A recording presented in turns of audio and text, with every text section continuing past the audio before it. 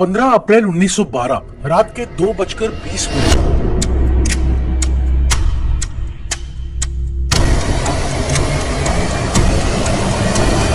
दुनिया का सबसे बड़ा जहाज जो कभी नहीं डूब सकता, ऐसा कहा जाता था, अनसिंकेबल कहा जाता था, नॉर्थ अटलांटिक ओशन की गहराइयों में समा गया। 2 घंटे 40 मिनट, बस इतना वक्त लगा, सिर्फ इतना। 1500 से ज्यादा लोगों की मौत, एक ऐसी रात जो इंसानी इतिहास में हमेशा के लिए दर्ज हो गई। और जब हम सच जानने बैठते हैं ना, तो हमें पता चलता है कि ये सिर्फ आइसबर्ग की कहानी नहीं है, ये कहानी है घमंड की, लापरवाही की, पैसों की हवस की, और आखिरकार एक ऐसे जहाज की जिसे इंसान ने इतना बड़ा बना दिया था कि इंसान उसे खुद नहीं रोक सकता था। आज मैं आपको लेकर चलूंगा टाइटैनिक के जन्म से लेकर उसके डूबने तक की पूरी कहानी में। कोई भी चीज मिस नहीं होगी, कोई भी सच छुपा नहीं होगा। तो चलिए शुरू करते हैं बिगिनिंग से।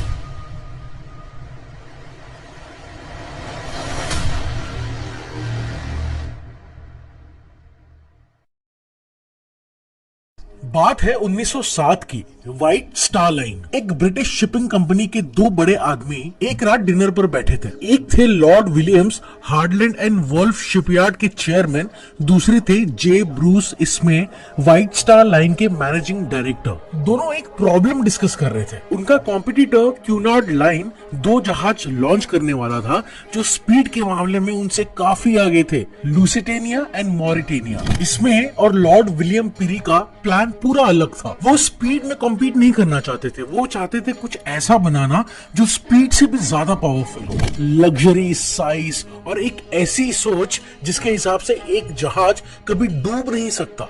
Harland and Wolff shipyard, Belfast, northern Ireland, यहाँ क्वींस आइलैंड पर जनवरी 1909 में काम शुरू हुआ। 3000 वर्कर्स रोज 3 साल तक लगातार। सिर्फ एक जहाज बनाना आज के हिसाब से भी एक मैसिव प्रोजेक्ट होता है, लेकिन उस जमाने में ये एक इम्पॉसिबल काम था। टाइटैनिक की स्पेसिफिकेशंस देखो। लंबाई 882 फीट 9 इंचेस, 269 मीटर्स, यानी 3 football grounds end to and.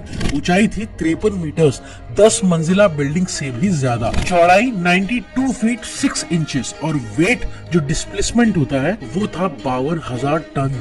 और इसका कंस्ट्रक्शन कॉस्ट $7.5 मिलियन उस जमाने में। मतलब अगर आज के हिसाब से कंपेयर करें तो $400 मिलियन से भी ज्यादा। ये सिर्फ एक जहाज नहीं था, ये एक फ्लोटिंग सिटी था। 31 मई 1911 को टाइटैनिक लॉन्च किया गया बेलफास्ट हार्बर में।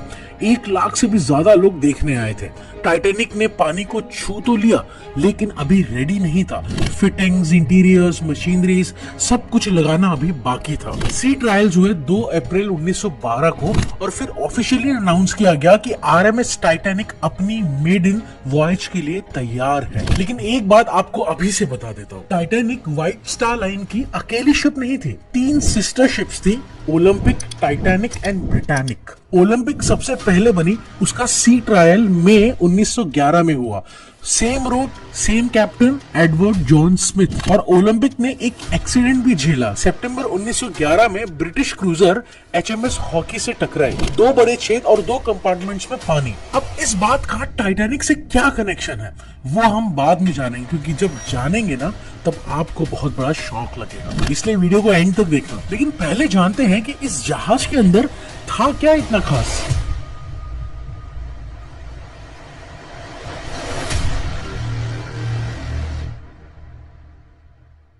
ग्रैंड स्टेयरकेस, ये टाइटैनिक का वो हिस्सा था जो आज भी लोगों के जहन में जिंदा है। Carved oak, wood, iron railing, ऊपर से आता नेचुरल लाइट, एक बारोक क्लॉक दीवार पर। सिर्फ सीढ़ियां नहीं थी ये एक स्टेटमेंट था कि तुम एक जहाज पर नहीं हो, तुम एक पैलेस में हो। टाइटैनिक के अंदर था stained glass mirror, ornate wood panelling, नक्काशी वाली लकड़ी की दीवारें, 2 grand staircases, heated swimming pool. 1912 में एक जहाज पर हीटेड स्विमिंग पूल था, टर्किश बाथ और electric bath, gymnasium, modern equipments के साथ, squash court, 4 restaurants, 2 barber shops, library, dark room for photography enthusiasts. और ये सब सिर्फ फर्स्ट क्लास के लिए नहीं, 3 क्लासेस थी इस जहाज में। थर्ड क्लास की प्राइस टिकट थी 7 यूरोस, यानी कि आज के हिसाब से 70,000 रुपीज। सेकेंड क्लास की टिकट थी 13 यूरोस, यानी कि आज के हिसाब से 1.5 लाख रुपीज। फर्स्ट क्लास की टिकट थी 30 यूरो,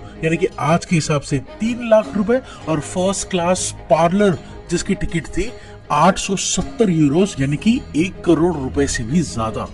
इस पहली यात्रा में कौन कौन था? अमीर लोगों के साथ बाकी नॉर्मल लोग भी थे। जॉन जेकब एस्टर, अमेरिका के सबसे अमीर लोगों में से एक। Benjamin, millionaire businessman. Isidor Straus, Macy's department store के co-owner. Margaret Molly Brown, Denver की सोशलाइट जो मूवी में फेमस हुई।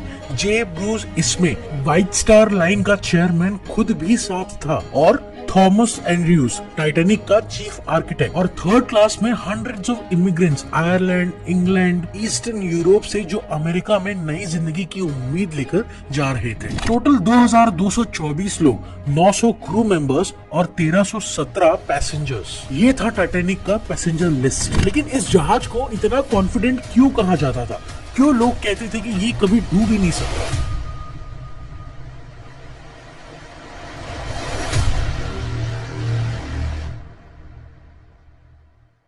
अनसिंकेबल, ये सिर्फ एक मार्केटिंग टैगलाइन नहीं थी। टाइटैनिक के अंदर 2 ऐसे इंजीनियरिंग फीचर्स थे जिसकी वजह से दोनों कंपनी और इंजीनियर्स जेन्युइनली बिलीव करते थे कि ये जहाज एक्स्ट्राऑर्डिनरी सेफ है। सेफ्टी फीचर 1, डबल बॉटम हल। जहाज का सबसे खतरनाक हिस्सा है उसका बॉटम, क्योंकि वो हमेशा पानी के नीचे रहता है। कोई भी छुपा हुआ रीफ या रॉक उसे नीचे से डैमेज कर सकता है। टाइटैनिक में डबल बॉटम हल था, मतलब दोनों लेयर्स। अगर बाहरी लेयर डैमेज हो जाए, दूसरी लेयर जहाज को बचाती। स्मार्ट इंजीनियरिंग, लेकिन एक प्रॉब्लम थी। ये सिर्फ नीचे की टक्कर के लिए डिजाइन था, साइड्स में एक ही लेयर थी। Safety feature 2, 16 water tight compartments. Titanic का हल 16 अलग अलग वाटर टाइट कंपार्टमेंट्स में डिवाइड किया गया था। अगर एक में पानी आ जाए तो दूसरे में नहीं जा सकता। इंजीनियर्स ने कैलकुलेट किया था कि अगर 16 में से 4 कंपार्टमेंट्स में भी पानी भर जाता है तो भी इस जहाज को तैराया जा सकता है। 4 था मैक्सिमम।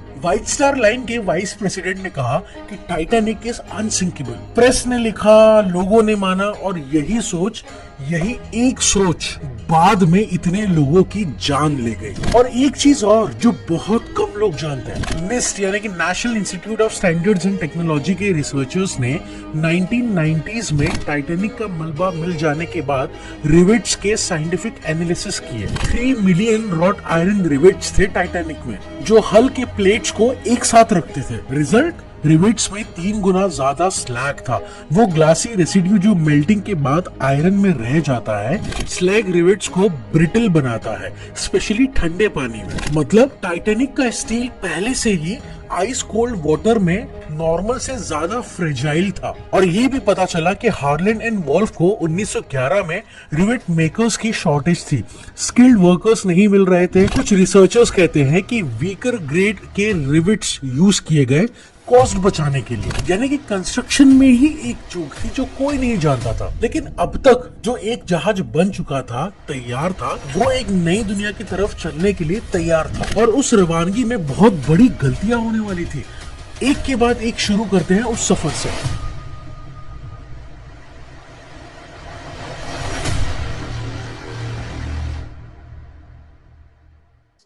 10 अप्रैल 1912, साउथैम्पटन, इंग्लैंड। सुबह का वक्त, हार्बर पर हजारों लोग, कैमरास, रिपोर्टर्स, एक्साइटेड बातें। ये सिर्फ एक शिप का डिपार्चर नहीं था, ये एक इवेंट था। कैप्टन एडवर्ड जॉन स्मिथ, 62 साल के, व्हाइट स्टार लाइन के सबसे ट्रस्टेड और एक्सपीरियंस्ड कैप्टन, ब्रिज पर खड़े थे। उन्होंने 32 साल इस कंपनी के लिए काम किया था। कंपनी का आदेश क्लियर था, टाइटैनिक को 17 अप्रैल 1912 की सुबह तक न्यूयॉर्क पहुंचना है, यानी कि 7 दिन में। स्पीड 23 से 24 नॉट्स। रूट केयरफुली चूज किया गया था।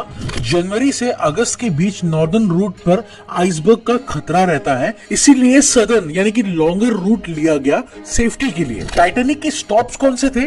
शाम 6:30 बजे, चियरबर्ग फ्रांस 274 और पैसेंजर्स सवार हुए। फिर 11 अप्रैल सुबह 11:30 बजे क्वींसटाउन आयरलैंड 123 लोग और सवार हुए। इसके बाद सीधा न्यूयॉर्क। जहाज पर माहौल था खुशी का, पैसेंजर्स अपनी यात्रा एंजॉय कर रहे थे। किसी को कहाँ पता था कि ये खुशी सिर्फ 4 दिन और चलेगी। यहीं पे एक चीज और मेंशन करनी जरूरी है जो बहुत कम लोग जानते हैं। जैक फिलिप्स, टाइटैनिक का 25 साल का सीनियर रेडियो ऑपरेटर, ये वो इंसान था जिस पर पूरे जहाज की कम्युनिकेशन डिपेंड करती थी। वायरलेस रेडियो के जरिए दूसरे जहाजों से कांटेक्ट मेंटेन करना इनका काम था। 11 अप्रैल 1912 उसका 25वां जन्मदिन था टाइटैनिक पर। सपने पूरे होने वाले लग रहे थे, लेकिन कुछ ही दिनों में यही इंसान एक कहानी का हीरो बनेगा और एक ट्रेजेडी का हिस्सा भी। और अब शुरू होने वाली है वो वार्निंग जो आज भी सुन के रोने का मन करता है।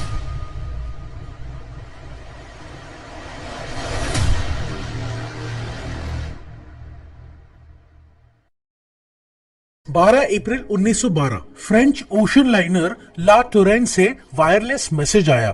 रास्ते में आइसबर्ग्स हैं, सावधान रहना। जैक फिलिप्स ने ये मैसेज कैप्टन स्मिथ तक पहुंचाया। कोई एक्शन नहीं, स्पीड सेम। 14 अप्रैल 1912 एक दिन पहले डिजास्टर से इस एक दिन में टाइटैनिक को 7 और आइसबर्ग्स वार्निंग आई, अलग अलग जगहों से। एक के बाद एक, हर बार सेम मैसेज, बहुत बर्फ है आगे। और हर बार जहाज फुल स्पीड पर चलता रहा। अब यहाँ एक विलेन एंटर करता है, एक ऐसा नाम जिसका नाम हिस्ट्री में भी है, जे ब्रूस इस्मे, व्हाइट स्टार लाइन का चेयरमैन। वो इस यात्रा पर पर्सनल तौर पर सवार था। माना स्पीड कम करनी चाहिए शायद। इसमें ने वो स्लिप अपनी जेब में रख ली ताकि कोई और देख ना ले, ताकि कैप्टन को क्लियर सिग्नल मिले कि स्पीड मत घटाओ। ये किसी ने नहीं सोचा था उस वक्त कि एक पेपर की स्लिप जिंदगी और मौत का फर्क बन सकती है। रात 10:55 पे 14 अप्रैल की बात है। 9th और आखिरी वार्निंग आती है। एसएस कैलिफोर्नियन,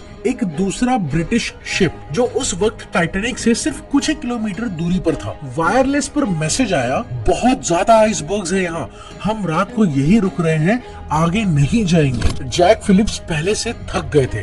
पूरा दिन एक के बाद एक वार्निंग्स और ऊपर से कैलिफोर्नियन की ये सिग्नल इतनी स्ट्रॉन्ग थी कि फिलिप्स के हेडफोन्स में एकदम तेज आई, ऑलमोस्ट पेनफुल। फिलिप्स ने जवाब दिया, keep out, shut up, I am working Cape Race, यानी छोड़ो, मैं पैसेंजर्स के मैसेज भेज रहा हूँ, मुझे डिस्टर्ब मत करो। और कनेक्शन कट कर दिया। और ये इन्फॉर्मेशन कैप्टन तक कभी नहीं पहुंची। कैलिफोर्नियन जो सिर्फ 37 किलोमीटर दूर था टाइटैनिक से, रात के लिए वही रुक गया। उसका रेडियो ऑफ हो गया और टाइटैनिक फुल स्पीड में अंधेरों में आगे बढ़ता रहा। और अब एक चूक और, लेकिन जो इतिहास बदल सकती है।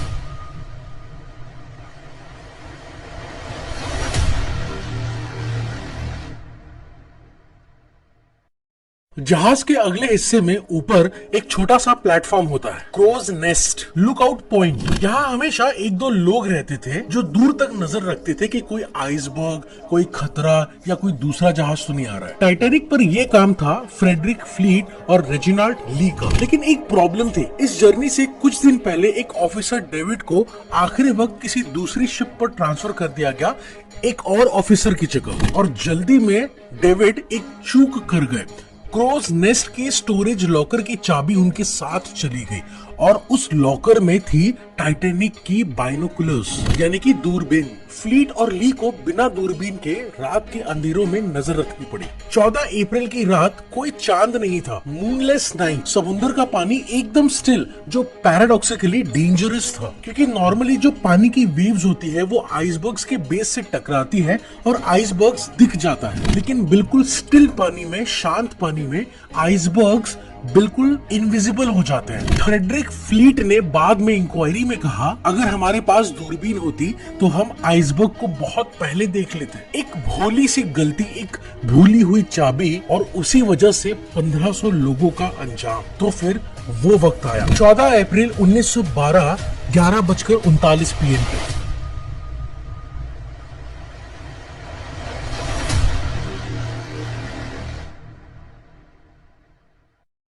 फ्रेडरिक फ्लीट क्रोज नेस्ट पर खड़ा था।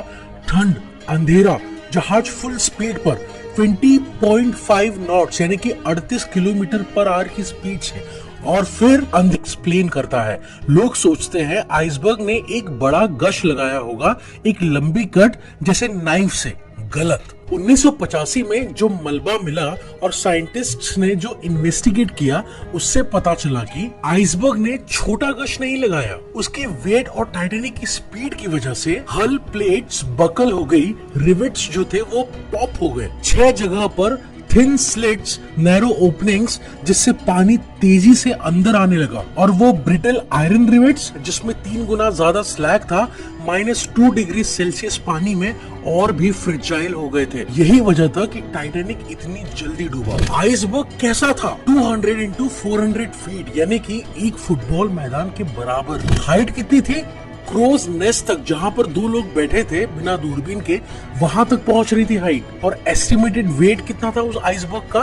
1.5 मिलियन टन्स। और टाइटैनिक इसका एक छोटा सा हिस्सा छू कर निकली और इतना बड़ा एक्सीडेंट हुआ। कैप्टन स्मिथ और थॉमस एंड्रयूज टाइटल भी रिस्पॉन्स नहीं। रात 12:20 पे आरएमएस कारपेथिया क्यूनार्ड लाइंस के एक जहाज ने सिग्नल पकड़ा। कारपेथिया का वायरलेस ऑपरेटर हेरोल्ड कॉटम अभी अपनी ड्यूटी खत्म करने वाला था। 1 मिनट की भी देर होती तो शायद वो सिग्नल मिस हो जाता। कारपेथिया का कैप्टन आर्थर रोस्ट्रॉन, एक डिसिसिव ब्रेव आदमी, ने तुरंत अपना जहाज टाइटैनिक की तरफ मोड़ लिया। लेकिन प्रॉब्लम ये थी कि कारपेथिया 107 किलोमीटर दूर था।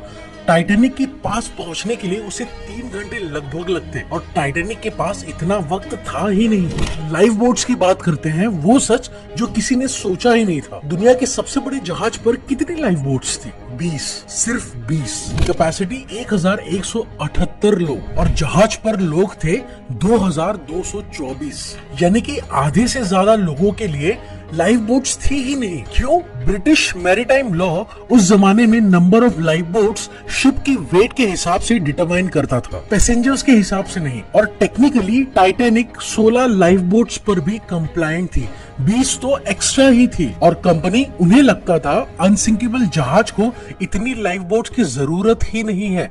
लाइफ बोट्स स्पेस घेरते हैं, फर्स्ट क्लास प्रोमिनेंट डेक का एरिया छीन लेते हैं। कॉस्ट कटिंग और घमंड। टाइटैनिक के पास 48 लाइफ बोट्स की जगह थी, लेकिन सिर्फ 20 रखे गए। और एक और बात, सेफ्टी ड्रिल जो कभी नहीं हुई। 14 अप्रैल को टक्कर वाले दिन एक मैंडेटरी सेफ्टी ड्रिल होनी चाहिए थी।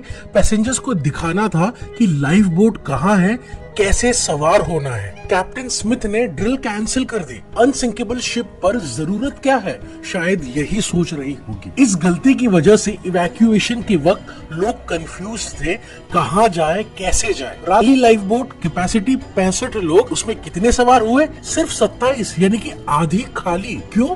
क्योंकि लोग अभी भी यही मानते थे कि ये जहाज अनसिंकेबल है। कंपनी ने इतना प्रोपोगेंडा किया था अनसिंकेबल का कि लोग लाइफ बोट्स में बैठने को ड्रामेटिक ओवर रिएक्शन समझ रहे थे। एक पैसेंजर ने कहा, मैं लाइफ बोट के ठंडे डेक पर क्यों बैठूं जबकि टाइटैनिक में वार्म लाउंज है। जैसे जैसे पानी भरता गया, जहाज झुकता गया, तब रियलाइजेशन हुआ और तब अफरा तफरी मची।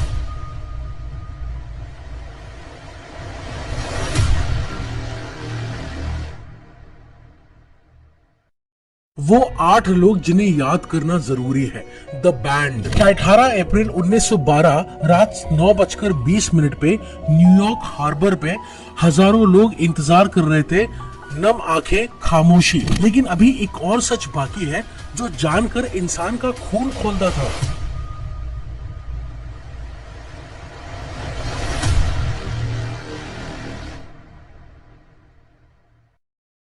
ये वो हिस्सा है जो सबसे ज्यादा दिल दुखाता है। जब टाइटैनिक डूब रहा था, सिर्फ 37 किलोमीटर दूर एक और जहाज रुका हुआ था, एसएस कैलिफोर्नियन। ये वही जहाज था जिसने आखिरी यानी कि 9th आइसबर्ग वार्निंग टाइटैनिक को भेजी थी, जिसे जैक फिलिप्स ने शट अप कह के डिसमिस कर दिया था। कैलिफोर्नियन के कैप्टन स्टैनली लॉर्ड ने आइस देख के वहां रात के लिए रोक दिया था अपना जहाज, वायरलेस ऑफ कर दिया, क्रू सो गए। लेकिन कैलिफोर्नियन के डेक ऑफिसर्स ने कुछ देखा, रॉकेट्स, फ्लेयर्स, एक के बाद एक। उन्होंने कैप्टन लॉर्ड को जगाया। लॉर्ड ने कहा, ये अमीर लोग पार्टी कर रहे हैं, पार्टी है, पार्टी और कुछ नहीं। उन्हें कैलिफोर्नियन वहां रुका रहा। सुबह जब रेडियो खोला, एसओएस आया, टाइटैनिक डूब चुकी थी। कैलिफोर्नियन उस जगह पहुंचा लाशें थी, लाइफ बोट्स थी, टाइटैनिक डूब चुका था। ब्रिटिश और अमेरिकन दोनों इंक्वायरीज ने कैप्टन स्टैनली लॉर्ड को ब्लेम किया। उनके करियर का अंत हो गया इसकी वजह से। लेकिन एक अकेले इंसान पर इतना सारा इल्जाम डालना भी फेयर नहीं था, क्योंकि ब्लेम शेयर करना था कंपनी के साथ, कैप्टन स्मिथ के साथ, इसमें के साथ, एक पूरे सिस्टम के साथ जो अनसिंकेबल सोच के साथ चल रहा था। तो फिर इंक्वायरी में क्या निकला और इसके बाद पूरी दुनिया ने क्या सीखा? अमेरिकन इंक्वायरी 19 अप्रैल से 25 मई 1912। यूएस सेनेट ने 80 से ज्यादा सर्वाइवर से पूछा, क्रू से पूछा, पैसेंजर से पूछा, सबसे पूछा, जिससे भी एक्सटेंसिव क्वेश्चनिंग की गई। उस पर इल्जाम लगा कि आपने कैप्टन पर प्रेशर डाला स्पीड मेंटेन करने का, मीडिया कवरेज के लिए, रिकॉर्ड्स के लिए, और उस प्रेशर की वजह से 1500 लोग मरे। इसमें ने सब डिनाई किया, लेकिन दुनिया ने माना नहीं। ब्रिटिश प्रेस ने उसे जे ब्रूट इसमें बुलाया। 1913 में इसमें ने व्हाइट स्टार लाइन से रिटायरमेंट ले ली। पूरी जिंदगी पब्लिक से दूर रहता 1937 में मरा अकेला।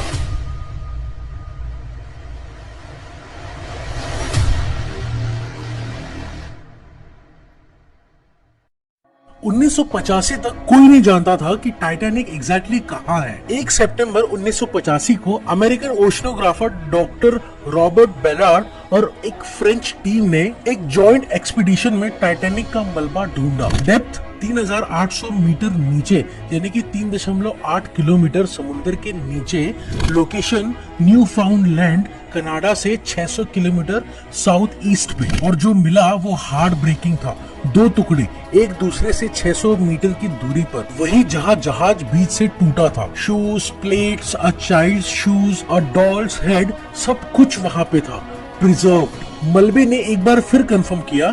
1996 में एक एक्सपीडिशन ने पानी के नीचे मड हटा के देखा। एक बड़ा गश नहीं था, 6 नैरो स्लिट्स थे, जहां हल प्लेट्स सेपरेट हो गई थी। और रिवेट का एनालिसिस जो निस ने किया, ने कंफर्म किया, ज्यादा स्लैग वाले ब्रिटल रिवेट्स ठंडे पानी में टूट गए, पानी अंदर गया, जहाज जल्दी डूबा।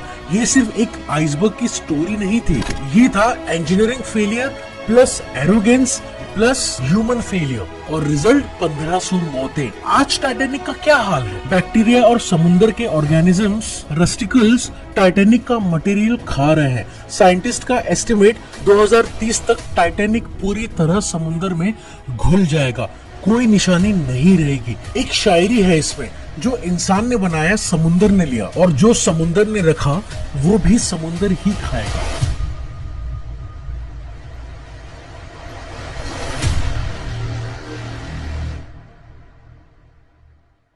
तो कंक्लूजन क्या है? टाइटैनिक एक सिर्फ जहाज नहीं था, टाइटैनिक था एक सिंबल इंसानी घमंड का। ये कभी नहीं डूब सकता, ये एक सिर्फ मार्केटिंग टैगलाइन नहीं थी, ये एक एटीट्यूड था, ये एक सोच थी। हम इतने स्मार्ट हैं, इतने ज्यादा बड़े हो गए हैं कि सोचते हैं कि नेचर कुछ नहीं कर सकता, लेकिन नेचर ने जवाब दिया एक आइसबर्ग से। इस पूरी स्टोरी में कितनी गलतियां थी? डेविड ब्लेयर की भूली हुई चाबी, और कोई बाइनोकुलर्स नहीं। रॉबर्ट हिशेन्स की घबराहट में गलत डायरेक्शन, जैक फिलिप्स का कैलिफोर्निया का वार्निंग इग्नोर करना, कैप्टन स्मिथ का सेफ्टी ड्रिल कैंसिल करना, इसमें का वार्निंग स्लिप जेब में रखना, कंपनी का 20 लाइफ वोट रखना 2200 लोगों के लिए, कैप्टन लॉर्ड का रॉकेट्स को पार्टी समझना, रिविट्स में ज्यादा स्लैग, कॉस्ट कटिंग या शॉर्टेज, और सबसे बड़ी गलती, ये डूब ही नहीं सकता, ये कॉन्फिडेंस जो ब्लाइंड कर गया। एक चीज जो मुझे हमेशा सोचने पर मजबूर करती है, जैक फिलिप्स एक 25 साल का लड़का, अपने बर्थडे के 4 दिन बाद 8 म्यूजिशियंस जिन्होंने गाना छोड़ा नहीं जब तक दम था, लेकिन वो नहीं रहे। थॉमस एंड्रयूज, जहाज के आर्किटेक्ट, जो पूरी रात लोगों की मदद करते रहे, लाइफ जैकेट्स पहनाते रहे, वो नहीं रहे।